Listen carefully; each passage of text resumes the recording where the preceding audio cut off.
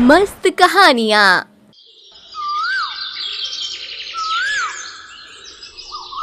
हम्म पता नहीं इस खेत में कब अच्छी फसल आएगी। जितनी बार भी कोशिश कर लूं पर फसल सूख ही जाती है। अरे अब यही सोचते मत बैठिए, जाइए और उस पड़ोसी गजानन से बात कीजिए। उसके खेत से पानी का कोई प्रबंध होता है क्या? देखिए। अरे वो गजानन कहाँ देने वाला है पानी, फिर भी जाकर देखता हूँ। सीताराम गजानन के खेत में जाता है। अरे गजानन, फसल को पानी दे रहे हो? हाँ, धूप बढ़ गई है ना, इस समय खेत में 2 बार पानी देना जरूरी है। हाँ, तुम्हारी बात भी सही है। अच्छा है, तुम तो 2 बार फसल को पानी दे रहे हो और मेरे पास 1 बार देने के लिए भी पानी नहीं है। तुम अगर अपने कुएं से पानी दे दो तो। अरे मैं कैसे दे सकता, अभी मेरे कुएं में भी इतना पानी नहीं बचा है। मैं ही विचार कर रहा हूँ कि आगे अपने खेत के लिए पानी का प्रबंध कैसे करूँ। सीताराम अपने खेत में वापस आता है। फिर उसने ना कहा ना पानी के लिए। जी, मुझे तो लगता है कि अब हमें अपने खेत में ही कुआं खोद लेना चाहिए।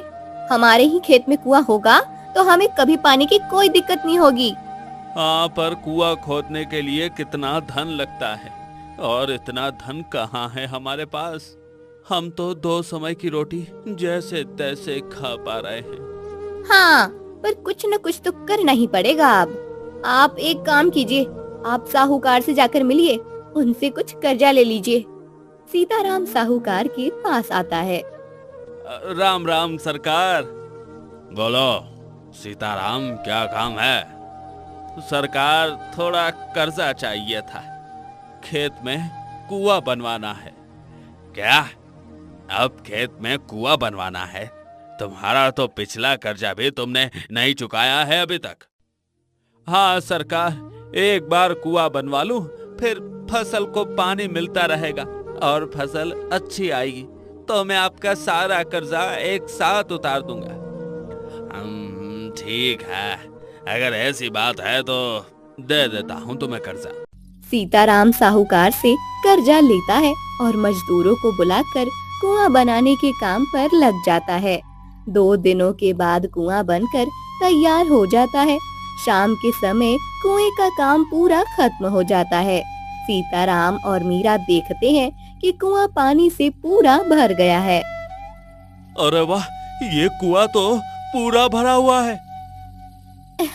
देखिए, मैंने कहा था ना, अब देखिए हमारी फसल भी कैसे लहराने लगेगी।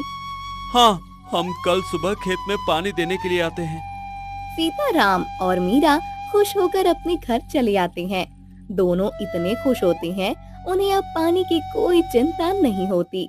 दोनों सो जाते हैं। अगली सुबह दोनों जल्दी उठकर अपने खेत में आते हैं। जैसे ही कुएं के पास आते हैं, वो देखते हैं कि कल जहां पानी से लबालब भरा हुआ कुआं था, आज उस जगह पर मिट्टी के सिवा और कुछ नहीं होता। अरे ये क्या, कुआं कहाँ गया? हाँ, मैं भी वही देख रही हूँ।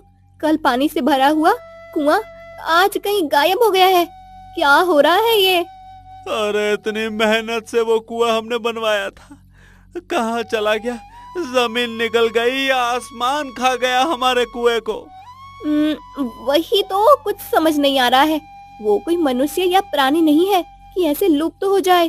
अरे मैंने साहूकार से कर्जा लिया है, अब अगर कुआं ही नहीं होगा तो फसल कैसे आएगी, और फसल नहीं आएगी तो साहूकार का कर्जा कैसे चुकाऊंगा? सीताराम अपनी सर को हाथ लगाकर नीचे बैठ जाता है। मीरा भी हताश हो जाती है। दोनों को समझ नहीं आ रहा था कि आखिर उनका कुआं ऐसे लुप्त कहाँ हो सकता है। कुछ देर के बाद, सुनिए, आप महाराज से जाकर मिलिए। अरे महाराज के पास जाकर क्या करूंगा? महाराज के पास जाकर उन्हें बताइए कि किसी ने हमारे कुएं को चोरी कर ली है। क्या कुएं की चोरी हुई है? हाँ, अब हमने इतनी मेहनत और खर्चा करके बनाया हुआ कुआं अब उसकी जगह पर नहीं है। इसका अर्थ यही है ना कि उसकी चोरी हुई है। आप जल्दी जाइए। अरे कुआं चोरी हो गया है, ये सुनकर लोग मेरा मजाक उड़ाएंगे। पूरा गांव हंसेगा मुझ पर। महाराज को भी मेरी बात पर विश्वास नहीं होगा।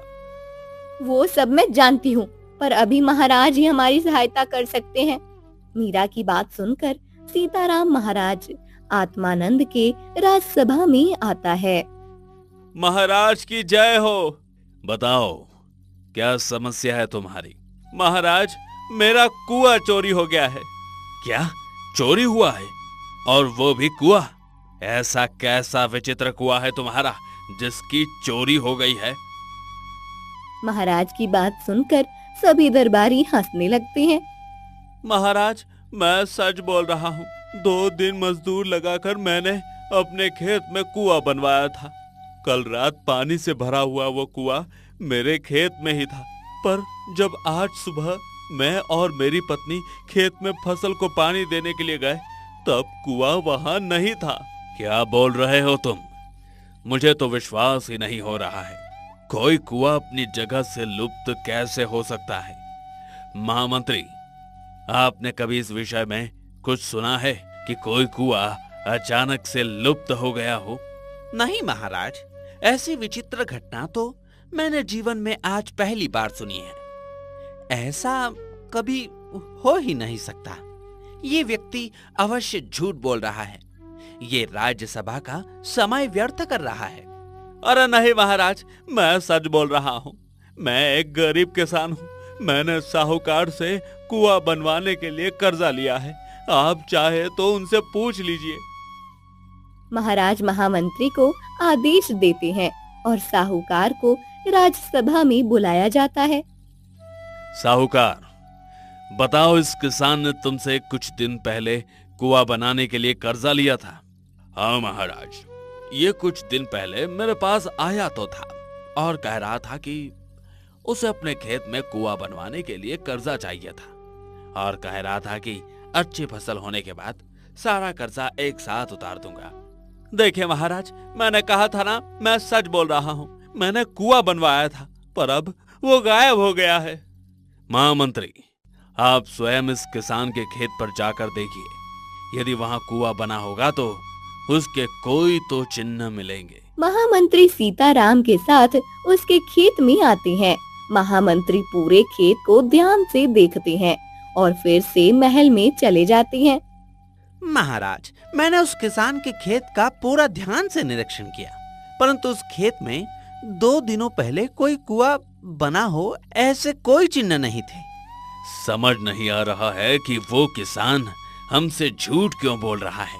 महामंत्री, आप उस किसान पर नजर बनाए रखिए। मुझे तो किसान उसके कुएं की तरह विचित्र लग रहा है। शाम हो जाती है। मीरा और सीताराम अभी तक खेत में ही बैठे हुए थे।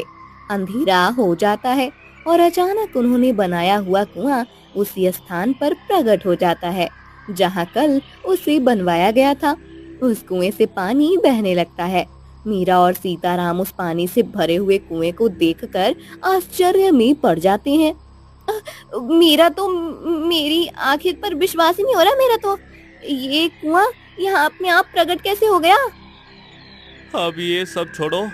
अब ये कुआं प्रकट हो ही गया है तो खेत में पानी दे देते हैं। दोनों भागकर कुएं के पास जाते हैं। हंडा उठाकर उसे रस्सी से बांधकर कुएं में डालकर पानी निकालने लगते हैं। जब सीताराम कुएं से हंडा बाहर निकालता है तब वो खाली होता है। ये क्या, कुएं में इतना पानी भरा हुआ है, फिर भी ये हंडा खाली कैसे है? अब रुकिए, मैं देखती हूँ। अब मीरा आगे जाती है और हंडा को कुएं में छोड़ती है। वो हंडा को कुएं से बाहर निकालती है। वो भी खाली होता है। अब दोनों डर जाते हैं। सुनिए, अब मुझे ये तो कुछ विचित्र प्रकार का लग रहा है। हमें इस कुएं से दूर ही रहना चाहिए। मुझे भी कुछ समझ नहीं आ रहा है, ये सब क्या हो रहा है। चलो अभी हम घर चलते हैं, कल आकर सोचेंगे क्या करना है। मीरा और सीताराम घर आते हैं। अगले दिन दोनों डरते हुए खेत में जाते हैं। तब फिर वो कुआं वहां नहीं होता। अब तो दोनों के पैरों तले जमीन ही खिसक जाती है। मीरा सीताराम से कहती है कि ये कुछ अजीब हो रहा है, हमें किसी ज्ञानी की सहायता लेनी चाहिए। दोनों वन में चले जाते हैं। वन में एक बहुत बड़े साधु थे जिन्हें भूत, भविष्य और वर्तमान के विषय में सब ज्ञान था। उनके पास चले जाते हैं। साधु बाबा हमारा रक्षण कीजिए। क्या हुआ पुत्र? साधु बाबा, मेरे खेत में बनाया हुआ कुआं अचानक गायब हो जाता है। हाँ साधु बाबा, हमने बड़ी मेहनत से कुआं बनवाया था, पर सुबह जब हम खेत में जाते हैं तब कुआं अपने स्थान पर नहीं होता। बाबा जी, आप ही हमारी सहायता कर सकते हैं। आपको तो तीनों कालों का ज्ञान है। आप ही बताइए कि उस विचित्र कुएं का रहस्य क्या है। पुत्र, हमारे इस जन्म में जो भी अनुभव हमें आते हैं उसकी कड़ियां हमारे पिछले कई जन्मों से जुड़ी हुई होती हैं। तुम्हारे साथ ये जो विचित्र घटना घट रही है उसकी कड़ी भी तुम्हारे किसी पिछले जन्म से जुड़ी हुई है। आप क्या कह रहे हैं साधु बाबा? मेरी कुछ समझ में नहीं आ रहा है। पुत्र, तुम्हारे पिछले जन्म में तुम एक बहुत बड़े साहूकार थे। उस समय तुम बहुत धनवान थे और तुम्हारे बड़े बड़े खेत थे, और तुम्हारे बड़े बड़े खेत में एक बड़ा कुआं था। वो कुआं इतना बड़ा था कि पूरे गांव की प्यास बुझा सकता था। उस कुएं का पानी कभी खत्म नहीं होता था। एक बार गांव में अकाल पड़ा था और एक दिन साहूकार जी, गांव में अकाल पड़ा है। आपके खेत के कुएं में इतना पानी है, अगर आप कहें तो मैं थोड़ा पानी अपने घर ले जाऊं। घर में बिल्कुल भी पानी नहीं है। पूरे गांव में मेरा ही एक कुआं है क्या, जो तुम मेरे कुएं में पानी लेने आ गई हो? क्या बुढ़िया? साहूकार जी, गांव के सभी कुएं सूख गए हैं। किसी भी कुएं में पानी नहीं है। सभी गांव वाले प्यासे हैं। इसका मतलब है कि अगर मैंने तुम्हें पानी दे दिया तो एक एक करके सभी गांव वाले मेरे कुएं से पानी लेने आएंगे। मैं नहीं दूंगा तुम्हें पानी। कमला काकी चली जाती है। उसे रास्ते में वसुधा मिलती है। उसके हाथ में खाली हंडा था। क्या हुआ कमला काकी, दे दिया साहूकार ने पानी? अरे कहाँ, वो साहूकार तो बड़ा ही दुष्ट है। हम सबकी जमीनें उसके पास गिरवी हैं। उसका ब्याज जीता है और हम पर ही रोब जमाता है। मुझे बोल रहा था कि गांव किसी दूसरे कुएं से पानी भर लो। वो मुझे बोल रहा था कि जाओ कहीं और किसी और गांव से पानी भर लो। क्या उसने ऐसा कहा? आपने उसे बताया ना कि सभी कुएं सूख चुके हैं? हाँ, मैंने उसे कितना कहा कि गांव में सिर्फ आपका ही कुआं ऐसा है जो पानी से भरा हुआ है। तो कहने लगा कि फिर अब एक एक करके पूरा गांव मेरे कुएं से पानी लेने चला आएगा। उस दुष्ट के पास अभी पानी है, इसलिए उसे बहुत घमंड आया है। पर अगर कभी ऐसा दिन आया कि उसे पानी के बिना तड़पना पड़े, तब उसे हमारी पीड़ा का अनुभव होगा। तुम सही कह रही हो वसुधा, पर वो तो बाद की बात है। अभी हम सब क्या करें? पानी का प्रबंध कैसे करें? पूरे गांव में पानी के बिना लोगों की हालत खराब हो रही है। हाँ, अरे मैंने तो सुना है कि कुछ लोग ये गांव छोड़कर कहीं और जाकर बसने का विचार कर रहे हैं। अब सबके पास दूसरा कोई रास्ता नहीं तो नहीं है। अब अगर जैसे ही पानी का प्रबंध नहीं हुआ तो हमें ये गांव छोड़कर जाना ही पड़ेगा। कब तक हम पानी की प्रतीक्षा में यहाँ रह सकते हैं? ऐसे ही कुछ और गांव वाले साहूकार करोड़ी मल के पास आते हैं और पानी मांगते हैं, पर साहूकार करोड़ी मल किसी को पानी नहीं देता।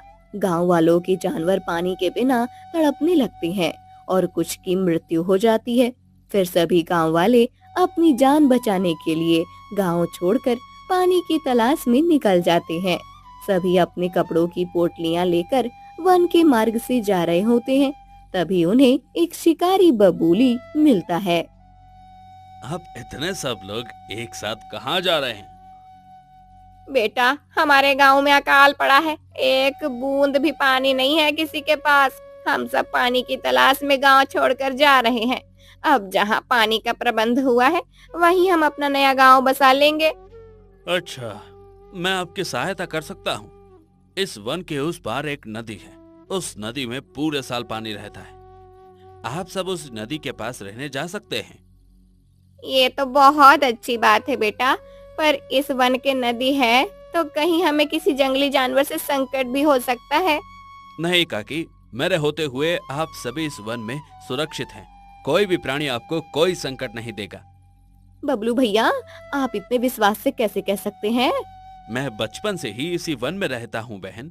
मैं इस वन के सभी प्राणियों को पहचानता हूँ। ये प्राणी कभी भी बिना किसी कारण के किसी पर आक्रमण नहीं करते। ये वन उनका घर है।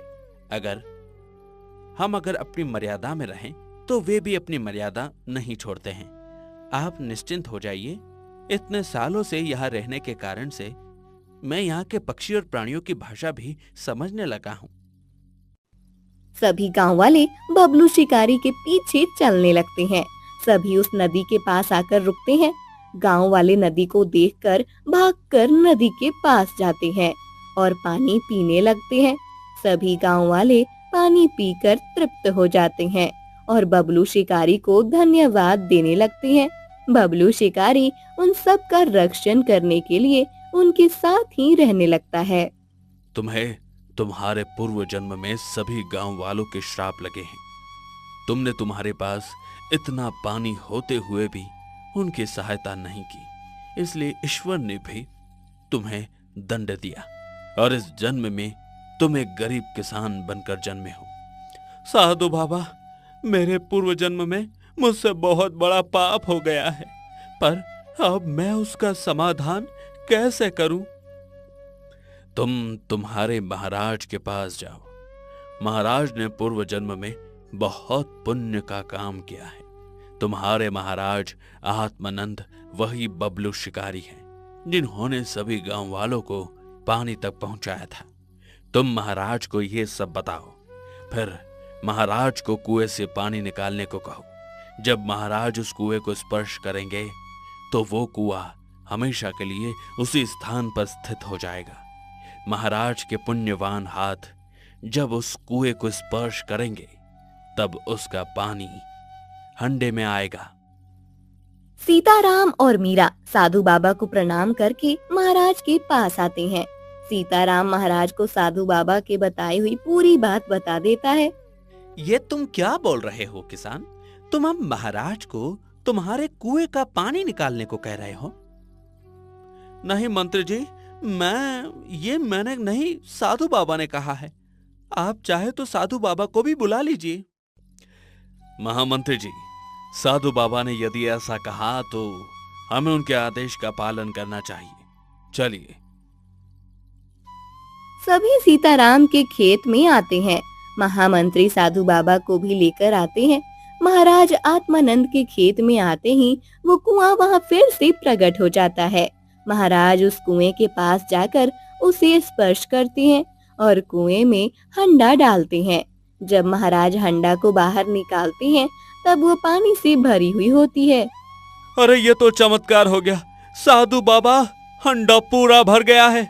जो हंडा मेरी और मेरी पत्नी ने कुएं से निकाला तब खाली था, उसमें एक बूंद भी पानी नहीं था। मैंने तुमसे कहा था पुत्र कि तुम्हारे महाराज के हाथ पुण्यवान है। अब इस कुएं का पानी कभी खत्म नहीं होगा। महाराज, आप सबसे पहले सभी गांव वालों को ये पानी दे दीजिए। सीताराम, जब हर एक गांव वाला पानी भर ले उसके बाद तुम अपने लिए पानी ले सकते हो। महाराज आत्मानंद एक एक हंडा पानी सभी गांव वालों को देते हैं। उसके बाद महाराज एक हंडा पानी सीताराम की फसल पर डालते हैं। फिर सीताराम कुएं में हंडा छोड़ता है और इस बार वो पानी से भरा हुआ होता है। सीताराम को बहुत खुशी होती है। महाराज, चमत्कार हो गया, मेरा हंडा पानी से भर गया है। पुत्र, ये चमत्कार नहीं, आज तुम्हारे पिछले जन्मों के पापों का नाश हो गया है और गांव वालों से मिले हुए श्रापों का समाधान हो गया है। इसलिए अब यह कुआं हमेशा पानी से भरा हुआ रहेगा। परंतु एक बात हमेशा याद रखना, जो कोई भी जिसे तुम्हारी सहायता की आवश्यकता हो, जिसे तुम्हारे कुएं के पानी की जरूरत हो, उसे तुम पानी के लिए कभी ना नहीं कहोगे। नहीं साधु बाबा, जो अपराध मैंने अपने पूर्व जन्म में किया था वो मैं इस जन्म में नहीं करूंगा। सीताराम का कुआं पानी से भरा रहने लगता है। इस बार उसकी फसल भी अच्छी आती है। महाराज की पुण्य आई और साधु बाबा के आशीर्वाद से सीताराम साहूकार का सारा कर्जा लौटा देता है और अपनी पत्नी के साथ खुशी से रहने लगता है। मस्त कहानियाँ। सुबह का समय था। अभी अभी सूरज उगा था और सूरज की सुनहरी किरणें पूरे गांव पर फैलने लगी थी।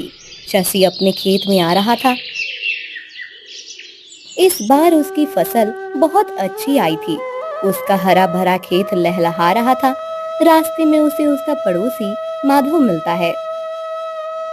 अरे शशि, इतनी सुबह सुबह कहाँ जा रहे हो? खेत में जा रहा हूँ माधव। इतनी सुबह खेत में जा रहे हो? हाँ, इस बार फसल बहुत अच्छी आई है। सोच रहा हूँ कि 2-3 दिन में अनाज के दाने निकाल लूं, फिर उन्हें बेच दूंगा। हाँ, इस बार तो गांव के सभी किसान बहुत खुश हैं। सबकी अच्छी फसल आई है। ऐसे हरे भरे खेत देखकर सच में बहुत अच्छा लगता है। हाँ, ये खेत तो हम किसानों के लिए अपने बच्चे की तरह होते हैं। इन्हें हम अपने खून पसीने से सींचते हैं और फिर कुछ महीने के बाद अगर ऐसी फसल आए तो इतनी खुशी होती है कि उसे शब्दों में बताना कठिन हो जाता है। हाँ, चलो आज मुझे थोड़ा समय है, मैं तुम्हारी सहायता कर देता हूँ। शशि और माधव दोनों शशि के खेत में आते हैं। शशि सामने देखता है और उसका प्रसन्न चेहरा एकदम उतर जाता है। अरे अरे ये क्या है सब? हे भगवान, ये सब क्या हो गया? भागो भागो यहाँ से। शशि के खेत में अचानक बहुत सारे कौवे आकर उसके अनाज के दाने खा रहे थे। इतने सारे कौवे अगर अनाज खा लेते तो पूरी फसल का नाश हो जाता। माधव और दोनों मिलकर उन कौवों को लाठी काठी से भगाने लगते हैं। माधव, जरा संभल कर, लाठी कहीं फसल पर न गिरे, सारे दाने नीचे गिर जाएंगे। हाँ शशि, पर इन कौवों का कुछ करना तो पड़ेगा। ये भी भाग जाएंगे पर थोड़ी देर बाद फिर वापस आ जाएंगे। हाँ, तुम सही कह रहे हो। मैं काम करता हूँ, घर जाकर एक जाल लेकर आता हूँ। उस जाल को यहाँ रखता हूँ, फिर कौवे फसल खाने आएंगे और इस जाल में फंस जाएंगे। हाँ हाँ, तुम जाओ, मैं रुकता हूँ यहाँ कौवों पर नजर रखने के लिए। शशि जाल लेने घर जाता है। माधव वहीं बैठकर कौवों को भगाने लगता है।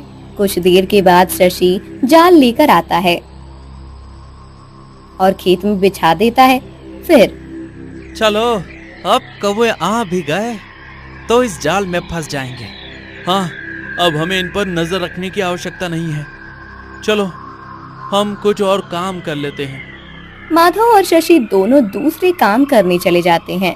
कुछ देर के बाद शशि अकेला खेत में वापस आता है।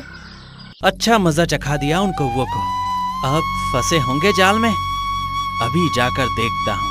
अब उस जाल को कुत्तों के सामने रख देता हूँ।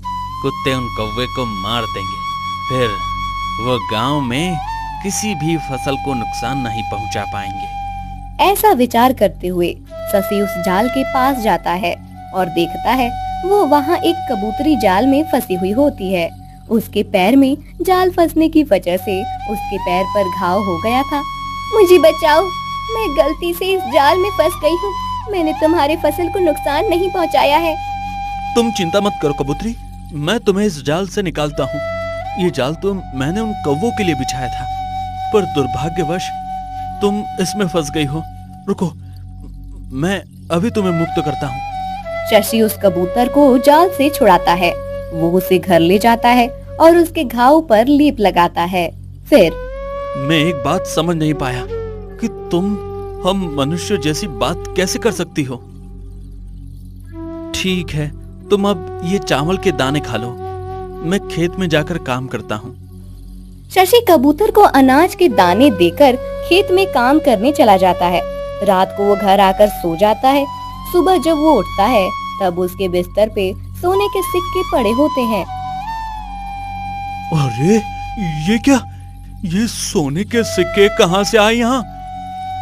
ये मैंने तुम्हें दिए हैं। तुमने? पर तुम्हारे पास ये सोने के सिक्के कहाँ से आए? वो सब तुम्हें बाद में पता चल जाएगा। तुम तो अब केवल इस बात से प्रसन्न हो जाओ कि तुम्हें रोज ये सोने के सिक्के मिलेंगे। वो कैसे? मैंने कहा ना कि तुम्हें बाद में पता चलेगा। अब तुम जाओ और अपने खेत के काम निपटाओ। आज तुम्हें फसल काटनी है ना। शशि अपने खेत में चला जाता है। 2-3 दिनों में शशि सारी फसल काट लेता है। अनाज के दानों को बोरियों में भरकर शशि आराम करने लगता है। कुछ देर के बाद माधव बैलगाड़ी लेकर आता है। चलो भाई शशि, इस अनाज की बोरियों को घर में रख देना है ना। देखो मैं बैलगाड़ी लेकर आया हूँ। हाँ चलो भाई, अभी इन्हें घर में रखते हैं, जाकर बाजार में बेच देते हैं। पर क्या इतने सारे बोरियों को घर में रखना सुरक्षित होगा? हाँ होगा ना, क्यों नहीं होगा। हम तो हमेशा अपने घर में रखते हैं सारा अनाज। तुम्हारी बात सच है, पर मैंने सुना है कि दूर किसी गांव में कुछ डाकू आसपास के गांवों में घूम रहे हैं। उनके गांव में अकाल पड़ा है, इसलिए वहां फसल नहीं उगती। सुना है कि वो डाकू हम जैसे किसानों का अनाज चुराकर ले जाते हैं और अपने गांव वालों को देते हैं। अच्छा, अगर ऐसा है तो हम कल के कल ही ये सब अनाज बेचने चले जाएंगे। अभी तो इसे घर में ही रखना पड़ेगा। माधव और शशि अनाज को बोरियों के बैलगाड़ी पर रख देते हैं और फिर घर आ जाते हैं। शशि रोज की तरह कबूतरी को चावल के दाने खिलाता है और सो जाता है। रात को जब शशि गहरी नींद में होता है, तब एक डाकू शशि के घर में आता है। सोते हुए शशि को देखकर, अच्छा हुआ ये घोड़े बेच कर सो रहा है। अब इन बोरियों को ले जाने में मुझे आसानी होगी। चलो अब एक एक करके बोरी लेकर बाहर जाता हूँ। डाकू अनाज की बोरी उठाता है, तभी कबूतरी उसकी आवाज से बाहर आती है। अरे ये कबूतरी कहाँ से आ गई? हाँ, लगता है इसने पाला होगा इस कबूतरी को। चलो ये मेरा क्या ही बिगाड़ लेगी। डाकू उस बोरी को उठाने लगता है, तभी कबूतरी जोर जोर से चिल्लाने लगती है। शशि उठो, वो देखो डाकू अनाज चुरा कर जा रहा है। शशि उठो जल्दी। कबूतर को इतनी जोर से चिल्लाते हुए देख डाकू हक्का बक्का रह जाता है। तभी शशि कबूतरी की आवाज सुनकर बाहर आता है। वो डाकू को देखता है और, अरे ये क्या, डाकू आ गया। अच्छा तो तुम्हें पता ही था कि मेरे पास अनाज है। रुको अभी तुम्हें मजा चखाता हूँ। शशि वहीं पड़ी छड़ी उठाता है और डाकू को पीटने आगे आता है। दोनों की हाथापाई होती है। तब डाकू अपने कमर से बांधा हुआ चाकू निकालता है और शशि पर वार करने ही वाला होता है कि तभी कबूतरी डाकू के पास आकर उसकी आंखों में अपनी चोंच से मारने लगती है। अचानक अपनी आंखें पर वार होने से डाकू को कुछ समझ नहीं आता और वो भाग जाता है। अच्छा हुआ मेरी प्यारी कबूतरी, तुमने मुझे पुकारा। आज तुम नहीं होती तो ये डाकू मेरा सारा अनाज चुरा कर ले जाते। नहीं शशि, मेरे होते हुए तुम्हें कभी कोई नुकसान नहीं हो सकता। तुम कल ही जाकर सारा अनाज बेच कर आओ। अगले दिन शशि माधव के साथ जाता है और सारा अनाज बेच कर आता है। उसे बहुत सारे पैसे मिलते हैं। कबूतरी भी रोज शशि को सोने के सिक्के देती थी। इस वजह से शशि जल्दी ही धनवान बन जाता है। शशि अब अपना घर तुड़वाकर वहाँ बड़ा घर बनवा लेता है। एक रात वो डाकू छुपके से शशि के नए घर को देखता है। अरे वाह, लगता है ये तो बहुत ज्यादा धनवान बन गया है। उस दिन मैं अनाज चुराने आया था तो इसने मुझे चुराने नहीं दिया। अब तो इसके घर में ही चोरी करूंगा। लेकिन पहले ये पता करना पड़ेगा कि ये इतना धनवान बन कैसे गया है। अनाज की बोरियों को बेचकर तो इसके पास इतने पैसे नहीं आए होंगे। मुझे इस पर नजर रखनी पड़ेगी। डाकू शशि पर नजर रखने लगता है। एक दिन शशि माधव को एक पोटली देता है। ये लो माधव। अरे ये क्या है इस पोटली में? देखो तो। माधव पोटली खोलकर देखता है तो उसके अंदर सोने के सिक्के होते हैं। अरे ये क्या? ये तो सोने के सिक्के हैं। कहाँ से आए तुम्हारे पास? और ये तुम मुझे क्यों दे रहे हो? अरे मेरे पास जो कबूतरी है वो मुझे रोज सोने के सिक्के देती है। दिन भर में वो जितने भी चावल के दाने खाती है, सुबह मेरे बिस्तर में उतने सोने के सिक्के रखे हुए होते हैं। क्या? ये तुम क्या बोल रहे हो? ये कैसे संभव है? पता नहीं दोस्त, पर उस कबूतरी ने मुझे कहा है। वो कबूतरी सामान्य नहीं है, वो तो हमारी भाषा में बात भी करती है। ऐसी रहस्यमय कबूतरी तो मैंने पहले कभी न सुनी। पर तुम ये सिक्के मुझे क्यों दे रहे हो? तुमने आज तक मेरी बहुत सहायता की है।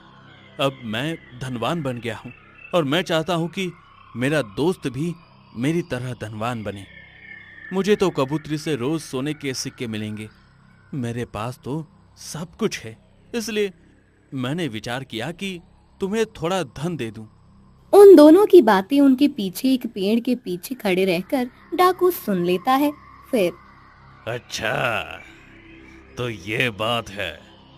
उस कबूतरी के कारण ये किसान इतना धनवान बन रहा है। फिर तो मुझे इसके घर में चोरी नहीं करनी चाहिए। मैं तो उस कबूतरी को ही चुरा कर ले जाता हूँ। मुझे भी अब सोने के सिक्के ही चाहिए। शशि खेत में होता है। ये देखकर डाकू उसके घर चला जाता है। शाम को जब शशि घर आता है तब देखता है कि कबूतरी घर में नहीं है। शशि पूरे घर में कबूतरी को ढूंढता है पर कबूतरी कहीं नहीं होती। माधव वहाँ आता है। अरे क्या ढूंढ रहे हो? मेरी कबूतरी घर में कहीं नहीं दिख रही है। अरे शशि, वो तो एक पंछी है, उड़ गई होगी। कब तक तुम्हारे घर में रहेगी? तुम ज्यादा मत सोचो। नहीं, मुझे नहीं लगता कि वो उड़ गई होगी। मैं देखता हूं। अरे इतने दिन तो तुम उस किसान के पास ही तो थी। तुमने उसे धनवान बना दिया है, अब मुझे भी धनवान बना दो। मुझे पता है तुम उसे रोज सोने के सिक्के देती हो। आज से तुम मुझे सोने के सिक्के दो, फिर मैं तुम्हें छोड़ दूंगा। मैं तुम्हें सोने के सिक्के नहीं दे सकती, वो सिर्फ शशि के लिए है। तुम्हें मुझे सोने के सिक्के देने ही पड़ेंगे, नहीं तो मैं तुम्हारी हत्या कर दूंगा। अभी मेरी मृत्यु का समय नहीं आया है मूर्ख। मेरे जीवन में अभी कुछ काम अधूरे हैं जिन्हें पूर्ण किए बिना मैं अपने देह का त्याग नहीं करूंगी। अगर तुम मेरी बात नहीं मानोगी तो मैं तुम्हें मार दूंगा। ऐसा कहकर डाकू अपना चाकू उठाकर कबूतरी को मारने जाता है। तभी शशि पीछे से आकर उसका हाथ पकड़ लेता है। उस दिन तो अनाज की चोरी करने आया था, वो नहीं कर पाया तो अब मेरी कबूतरी को ही चुरा ले गया तू। अब मैं तुम्हें नहीं छोड़ूंगा। शशि और डाकू में फिर से हाथापाई होने लगती है। इस बार डाकू शशि पर चाकू चलाने में सफल हो जाता है। शशि के हाथ पर चाकू से घाव हो जाता है और उसके शरीर से खून बहने लगता है। उसके खून के कुछ छींटे कबूतरी के शरीर पर गिरते हैं और वहां अचानक रंग बिरंगी किरणें उत्पन्न होने लगती हैं। उन किरणों के साथ ही कबूतरी गायब हो जाती है। एक सुंदर राजकुमारी वहां पर प्रकट हो जाती है। कितनी सुंदर राजकुमारी है। राजकुमारी, मैं आप पर मोहित हो गया हूँ। आप मुझसे विवाह कर लीजिए। मूर्ख डाकू, मुझसे मैं कभी विवाह नहीं कर सकती। मैं पहले से ही विवाहित हूँ और इतने दिनों से मेरे पति के साथ ही रह रही थी। इतने दिनों से तुम मेरे साथ रह रही थी, इसका अर्थ है कि मैं तुम्हारा पति हूँ और तुम अचानक कबूतरी से राजकुमारी कैसे बन गई? क्या रहस्य है तुम्हारा? अरे ये मेरे लिए यहाँ आई है। नहीं, मैं शशि की पत्नी हूँ और उसके साथ ही रहूंगी।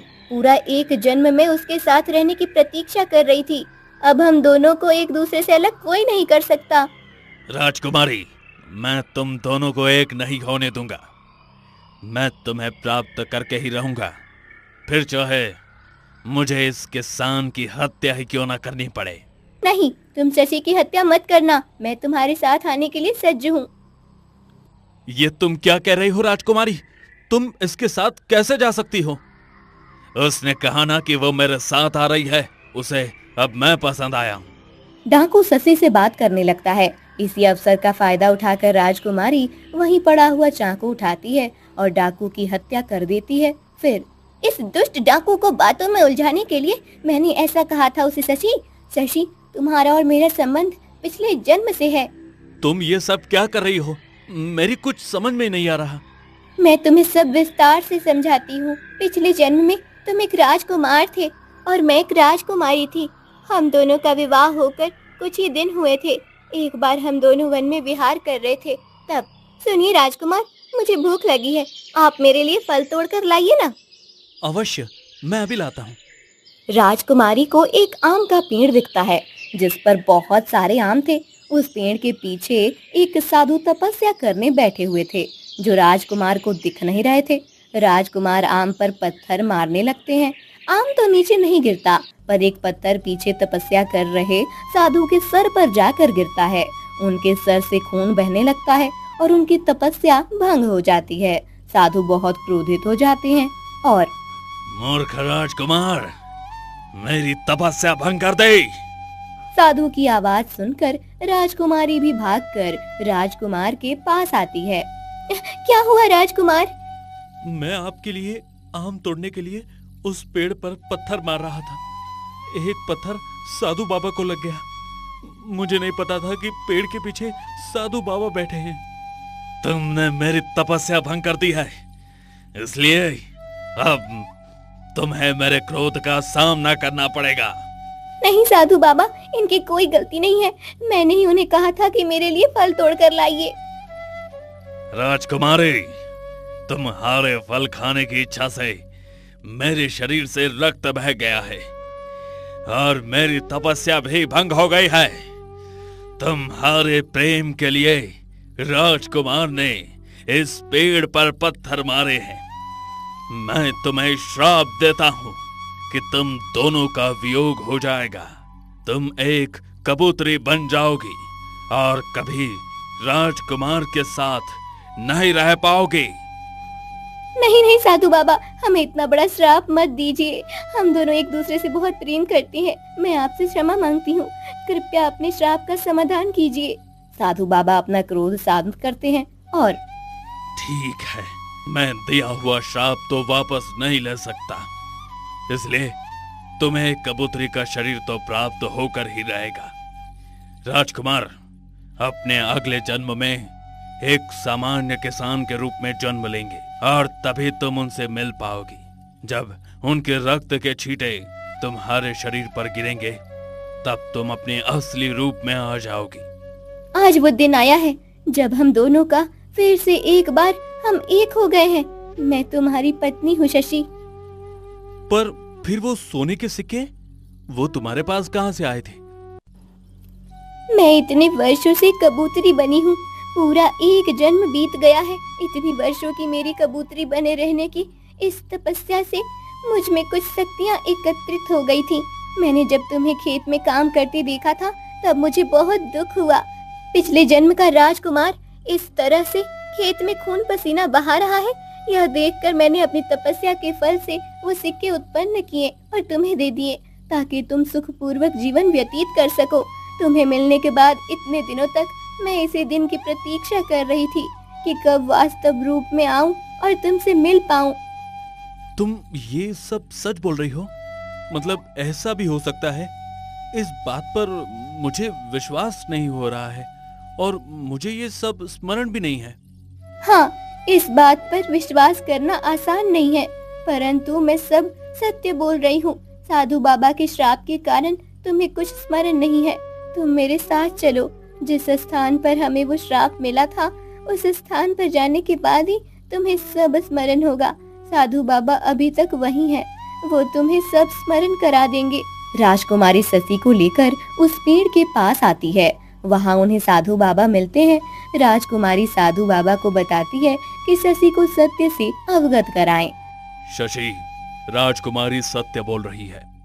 यदि फिर भी तुम्हें विश्वास नहीं है तो मेरी आंखों में देखो। मेरे आंखों में तुम्हें वो प्रसंग दिखाई देगा जो तुम्हारे पिछले जन्म में घटित हुआ था।